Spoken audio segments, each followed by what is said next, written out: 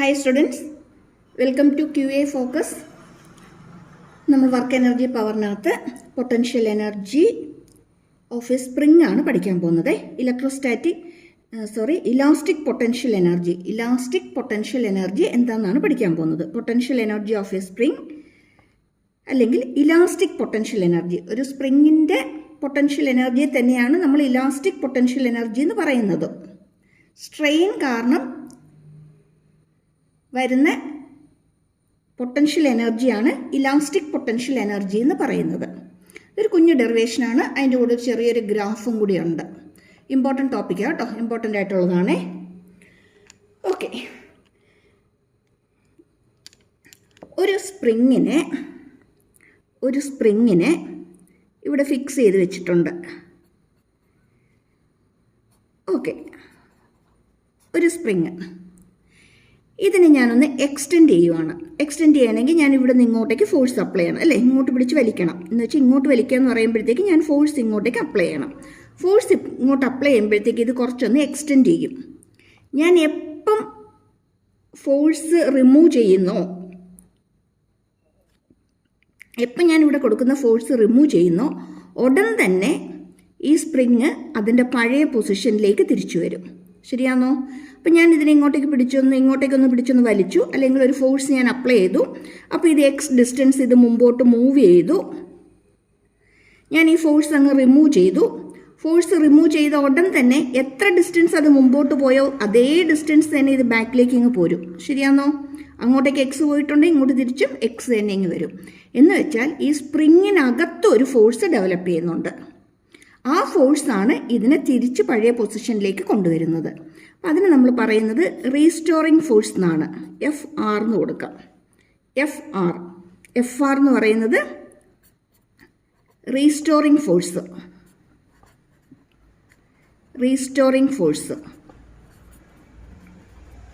ഇനി ഈ റീസ്റ്റോറിങ് ഫോഴ്സും ഇതിനകത്ത് നമ്മൾ അപ്ലൈ ചെയ്യുന്ന ഫോഴ്സും സെയിം തന്നെയായിരിക്കും. റീസ്റ്റോറിങ് ഫോഴ്സും നമ്മൾ അപ്ലൈ ചെയ്യുന്ന ഫോഴ്സും സെയിം തന്നെയാണ്, മാറ്റമൊന്നുമില്ല.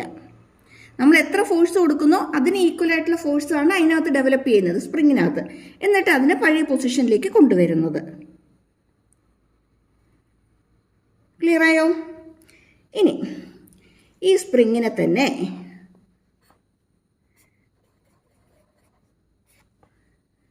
ഞാൻ കുറച്ച് ഫോഴ്സ് ഇങ്ങോട്ടേക്ക് അപ്ലൈ ചെയ്തിട്ട് ഇതിനെ ഒന്ന് കംപ്രസ് ചെയ്യാമെന്ന് വിചാരിച്ചോളൂ. ഇതിനെ ഞാൻ ഒന്ന് കംപ്രസ് ചെയ്യാണ്. എഫ് ഫോഴ്സ് അപ്ലൈ ചെയ്തു. അപ്പോഴും സ്പ്രിങ് ഇങ്ങോട്ടേക്ക് എക്സ് ഡിസ്റ്റൻസ് ഇങ്ങോട്ടേക്ക് മൂവ് ചെയ്തിട്ടുണ്ട്. ഞാൻ ആ ഫോഴ്സ് റിമൂവ് ചെയ്ത ഉടൻ തന്നെ അത് ബാക്കിലേക്ക് എക്സ് ഡിസ്റ്റൻസ് പോകുമല്ലോ. അതായത് ഞാൻ കംപ്രസ് ചെയ്തപ്പോൾ എങ്ങോട്ടേക്കാണോ അത് നീങ്ങിയത് അതിൻ്റെ നേരെ ഓപ്പോസിറ്റ് ഡയറക്ഷനിലേക്ക് എക്സ് ഡിസ്റ്റൻസ് അത് മൂവ് ചെയ്യും. ശരിയാണോ? അപ്പം കംപ്രസ് ചെയ്യുമ്പോഴും അതിനകത്തൊരു ഫോഴ്സ് ഡെവലപ്പ് ചെയ്യുന്നുണ്ട്. ആ ഫോഴ്സും ആര് തന്നെയാണ്? റീസ്റ്റോറിങ് ഫോഴ്സ് തന്നെയാണ്. ആ റീസ്റ്റോറിങ് ഫോഴ്സ് എന്ത് ചെയ്യും? ഇതിനെ പിന്നെയും പഴയ പൊസിഷനിലേക്ക് കൊണ്ടുവരും.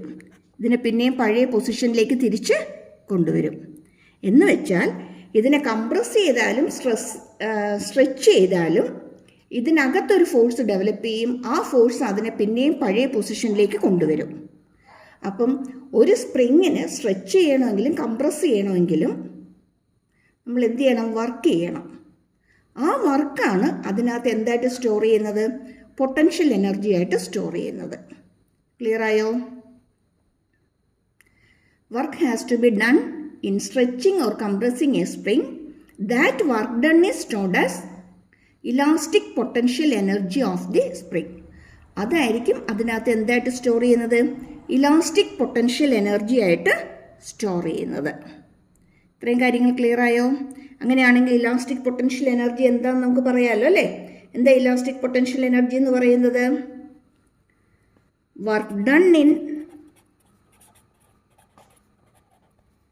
Compressing or stretching. കംപ്രസ് ചെയ്യാനോ സ്ട്രെച്ച് ചെയ്യാനോ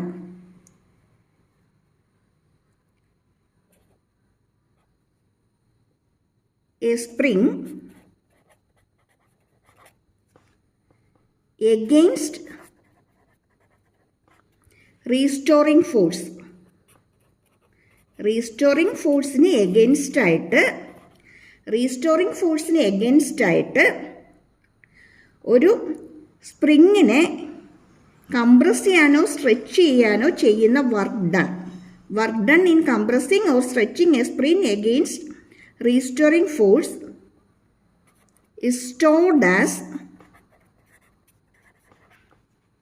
പൊട്ടൻഷ്യൽ എനർജി എന്ന് പറയാം.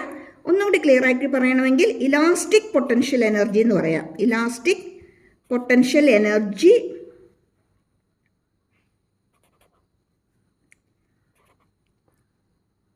In a spring.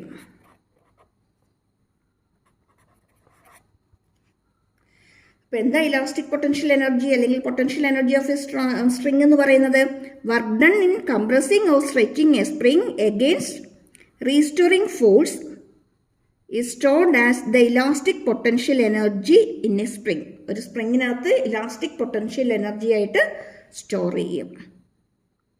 അപ്പോൾ ഈ വർക്ക് ഡൺ എത്രയാണെന്ന് ഫൈൻഡ് ഔട്ട് ചെയ്താൽ അതാണ് അവിടുത്തെ എന്തിന് ഈക്വൽ ആയിട്ട് വരുന്നത്? ഇലാസ്റ്റിക് പൊട്ടൻഷ്യൽ എനർജിക്ക് ഈക്വൽ ആയിട്ട് വരുന്നത്, അല്ലെങ്കിൽ potential energy stored in a സ്പ്രിങ്ങിന് ഈക്വൽ ആയിട്ട് വരുന്നത്. അപ്പോൾ നമുക്ക് അതൊന്ന് ഫൈൻഡ് ഔട്ട് ചെയ്യാം.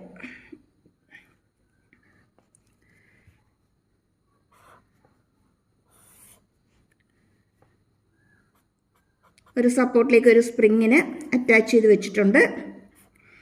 ഇതിൻ്റെ അറ്റത്തായിട്ട് ഒരു മാസ് ഇവിടെ പ്ലേസ് ചെയ്തിട്ടുണ്ട്. ഈ മാസിനെ അങ്ങോട്ടേക്ക് പിടിച്ച് സ്ട്രെച്ച് ചെയ്യുമ്പോഴത്തേക്കും, അല്ലെങ്കിൽ ഇവിടെ നിന്ന് ഇങ്ങോട്ടേക്ക് ഒരു ഫോഴ്സ് അപ്ലൈ ചെയ്യുമ്പോഴത്തേക്കും ഇതെന്ത് ചെയ്യാൻ തുടങ്ങും? എക്സ്റ്റെൻഡ് ചെയ്യാൻ തുടങ്ങും അല്ലേ? ഒരു എക്സ്റ്റൻഷൻ ഇതിനകത്ത് വരും. അപ്പം ഇത് എക്സ് ഡിസ്റ്റൻസ് ഇത് മൂവ് ചെയ്തു. ഒരു എക്സ് ഡിസ്റ്റൻസ് ഇതിപ്പോൾ മൂവ് ചെയ്തിട്ടുണ്ട്. അല്ലെങ്കിൽ വേണ്ട, നമുക്കൊരു ചെറിയ ഡിസ്റ്റൻസ് എടുക്കാം. ഡി എക്സ് ഡിസ്റ്റൻസ് ഇത് മൂവ് ചെയ്തിട്ടുണ്ട്. അങ്ങനെയാണെങ്കിൽ ഇപ്പോഴത്തെ ഇതിൻ്റെ പൊസിഷൻ എന്തായിരിക്കും?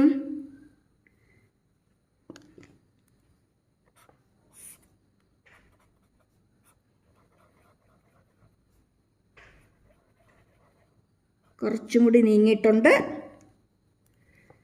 സെയിം മാസ് തന്നെ ഇവിടെ അറ്റാച്ച് ചെയ്ത് വെച്ചിട്ടുണ്ട്. ഓക്കെ, അപ്പോൾ ഇവിടെ വന്നിരിക്കുന്ന എക്സ്റ്റൻഷൻ എന്ന് പറയുന്നത്, സ്പ്രിങ്ങിന് ഇവിടെ കിട്ടിയിരിക്കുന്ന എക്സ്റ്റൻഷൻ എന്ന് പറയുന്നത് ഡി എക്സ് ആയിരിക്കും. സ്പ്രിങ്ങിൻ്റെ ആദ്യത്തെ പൊസിഷൻ ഇതായിരുന്നു. അപ്പോൾ ഇവിടെ നിന്ന് ഇത്രയും ഇത് എക്സ്റ്റെൻഡ് ചെയ്തിട്ടുണ്ട്. ഡി എക്സ് എക്സ്റ്റൻഷൻ ഇതിന് കിട്ടിയിട്ടുണ്ട്. ഇനി ഈ ഡി എക്സ് എക്സ്റ്റൻഷൻ കിട്ടാനായിട്ട് ഞാനൊരു വർക്ക് ചെയ്തില്ലേ? വർക്ക് ചെയ്തപ്പോഴല്ലേ ഇതിന് എക്സ്റ്റൻഷൻ വന്നത്? ആ വർക്ക് എന്ന് പറയുന്നത് ഇതിനകത്തുള്ള റീസ്റ്റോറിംഗ് ഫോഴ്സിന് എഗെയിൻസ്റ്റ് ആയിട്ടല്ലേ ചെയ്തത്? അങ്ങനെയാണെങ്കിൽ അവിടുത്തെ വർക്ക് ഡൺ ഡബ്ല്യു എന്ന് പറയുന്നത് force into small displacement d X ആണ്. Force into small displacement d X ആണ്. ഇനി ചെറിയ ഡിസ്പ്ലേസ്മെൻറ്റ് ആയതുകൊണ്ട് നമുക്കിതിനെ വേണമെങ്കിൽ ഡി ഡബ്ല്യു എന്ന് കൊടുക്കാം. D W equal to F into D X എന്ന് വരും. അപ്പോൾ നമുക്ക് ഇവിടുത്തെ ടോട്ടൽ വർക്ക് ഫൈൻഡ് ഔട്ട് ചെയ്യണം. ടോട്ടൽ വർക്ക് നമുക്കിവിടെ ഫൈൻഡ് ഔട്ട് ചെയ്യണം. ടോട്ടൽ വർക്ക് ഫൈൻഡ് ഔട്ട് ചെയ്യാനായിട്ട് നമുക്ക് എന്ത് ചെയ്താൽ മതി? ഇതിനെ ഇൻ്റഗ്രേറ്റ് ചെയ്താൽ മതി. ഇൻ്റഗ്രേറ്റ് ചെയ്യുമ്പം ഇൻ്റഗ്രൽ എഫ് ഡി എക്സ് എന്ന് വരും. ഇൻ്റഗ്രൽ എഫ് ഡി എക്സ് എന്ന് വരും. ഇനി ഇവിടെ നമ്മൾ അപ്ലൈ ചെയ്യുന്ന ഫോഴ്സ് എന്തോരം എക്സ്റ്റൻഷൻ വരുന്നു എന്നുള്ളതിന് പ്രൊപ്പോർഷണലായിരിക്കും. അപ്ലൈ ചെയ്യുന്ന ഫോഴ്സ് എക്സ്റ്റൻഷന് പ്രൊപ്പോർഷണലായിരിക്കും. അതായത് നമ്മൾ എത്ര ഫോഴ്സ് അപ്ലൈ ചെയ്യുന്നോ അതിന് ഈക്വൽ ആയിട്ടുള്ള ഫോഴ്സാണ് ഇതിനകത്ത് ഡെവലപ്പ് ചെയ്തിട്ട് ഇതിനെ പിന്നെയും പഴയ പൊസിഷനിലേക്ക് തിരിച്ചു കൊണ്ടുവരുന്നതെന്ന് പറഞ്ഞു അല്ലേ? അപ്പോൾ ഇതിനെ തിരിച്ചു കൊണ്ടുവരുന്ന ഫോഴ്സും നമ്മൾ കൊടുക്കുന്ന ഫോഴ്സും ഈക്വലാണ്. അപ്പം തിരിച്ചു കൊണ്ടുവരുന്ന ഫോഴ്സ് എത്രത്തോളം എക്സ്റ്റെൻഡ് ചെയ്തോ അത്രയും അതിനെ തിരിച്ചു കൊണ്ടുവരണം. എന്ന് വെച്ചാൽ എഫ് എന്ന് പറയുന്നത് എന്തിന് പ്രൊപ്പോർഷനാണ്? മൈനസ് എക്സിന് പ്രൊപ്പോർഷനാണ്. എന്തിനാ മൈനസ് എക്സ് പറയുന്നത്? ഇതിനെ എക്സ്റ്റെൻഡ് ചെയ്യുന്ന ഇങ്ങോട്ടേക്കാണെങ്കിൽ ഫോഴ്സ് ആക്ട് ചെയ്യുന്നത് ഓപ്പോസിറ്റാണ്. എക്സ്റ്റെൻഡ് ചെയ്യുന്ന അങ്ങോട്ടേക്കാണെങ്കിൽ ഫോഴ്സ് ആക്ട് ചെയ്യുന്നത് ഓപ്പോസിറ്റാണ്. അങ്ങനെയാണെങ്കിൽ F equal to minus K X എന്ന് പറയാം. F equal to minus K X എന്ന് പറയാം. ഇവിടെ കെ എന്ന് പറയുന്നത് സ്പ്രിംഗ് കോൺസ്റ്റന്റ് അല്ലെങ്കിൽ ഫോഴ്സ് കോൺസ്റ്റന്റ്. ഇതിനെ സ്പ്രിംഗ് കോൺസ്റ്റന്റ് എന്ന് പറയാം, അല്ലെങ്കിൽ ഫോഴ്സ് കോൺസ്റ്റന്റ് എന്നും പറയാം. അങ്ങനെയാണെങ്കിൽ ഇവിടുത്തെ ഇക്വേഷനകത്ത് ഡബ്ല്യു എഫിന് വരെ നമുക്ക് എന്ത് കൊടുക്കാം?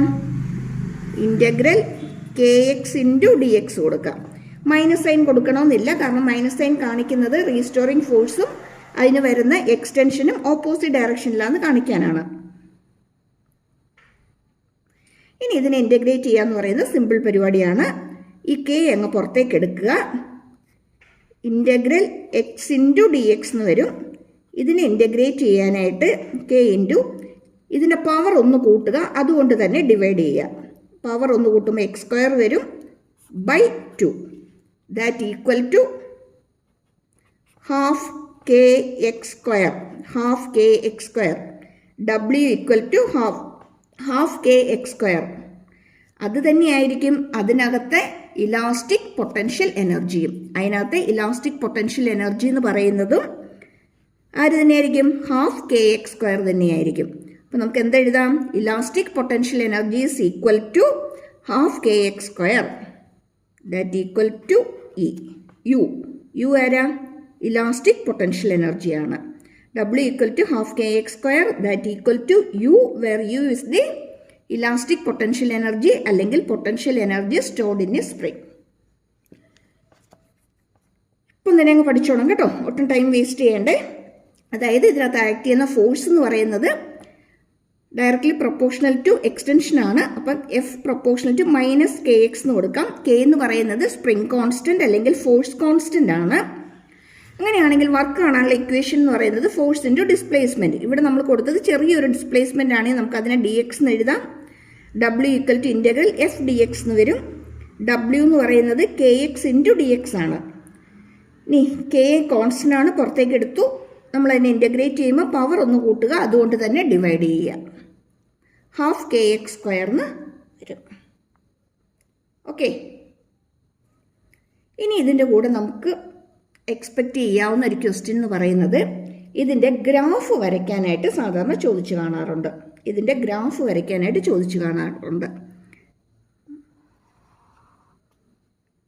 എനർജി എക്സ് ആക്സിസിൽ നമ്മൾ പൊസിഷനാണ് മാർക്ക് ചെയ്യുന്നത്. പൊസിഷൻ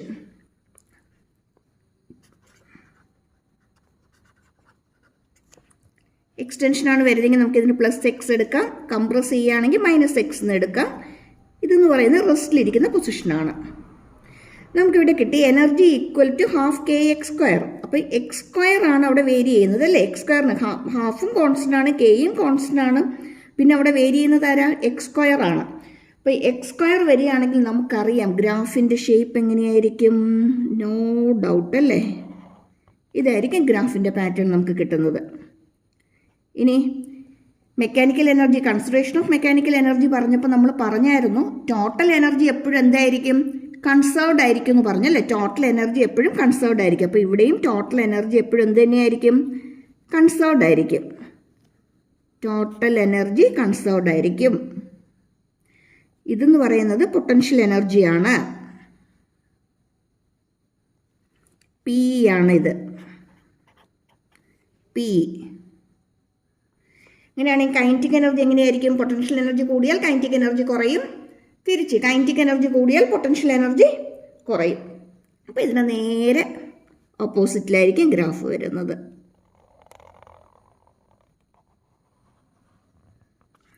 ഇത് കൈനറ്റിക് എനർജിയുടെ ഗ്രാഫ്. ഓക്കെ, അപ്പോൾ ഇത് സാധാരണ എക്സാമിന് ചോദിച്ച് കാണാറുള്ള ഒരു ക്വസ്റ്റ്യൻ ആണ്. ചോദിക്കുന്നത് graph showing the variation of kinetic energy and potential energy of a oscillating spring. Oscillating എന്ന് പറയുമ്പോഴത്തേക്കും എക്സ്റ്റൻഷനും കംപ്രഷനും വരുന്ന സ്പ്രിങ്, എക്സ്റ്റെൻഡ് ചെയ്യുകയും കംപ്രസ് ചെയ്യുകയും ചെയ്യുന്ന സ്പ്രിങ്. അപ്പോൾ അതിൻ്റെ ഗ്രാഫ് സാധാരണ ചോദിക്കാറുള്ളതാണ്. ഫ്രീലി ഫോളിംഗ് ബോഡിയുടെ ഗ്രാഫൊക്കെ നമ്മൾ കഴിഞ്ഞ ക്ലാസ്സിൽ നിന്ന് ഡിസ്കസ് ചെയ്തായിരുന്നു. അതിൻ്റെ വീഡിയോ അപ്ലോഡ് ചെയ്തിട്ടുണ്ട്, ജസ്റ്റ് നോക്കിയാൽ മതി, പെട്ടെന്ന് കിട്ടും. അപ്പോൾ ഈ ടോപ്പിക്ക് ഇമ്പോർട്ടൻ്റ് ആണ്, ഇതും കൂടി ഒന്ന് പഠിച്ചോ കേട്ടോ. Okay, thank you for watching. കൂടുതൽ വീഡിയോസൊക്കെ ആയിട്ട് നമുക്ക് കാണാം. എപ്പോഴും പറയുന്ന പോലെ ആദ്യമായിട്ട് കാണുന്നവരും ഇതുവരെ സബ്സ്ക്രൈബ് ചെയ്യാത്തവരുമാണെങ്കിൽ ഒന്ന് സബ്സ്ക്രൈബ് ചെയ്തേക്കണേ, ഒന്ന് സപ്പോർട്ട് ചെയ്തേക്കണേ. Okay, thank you.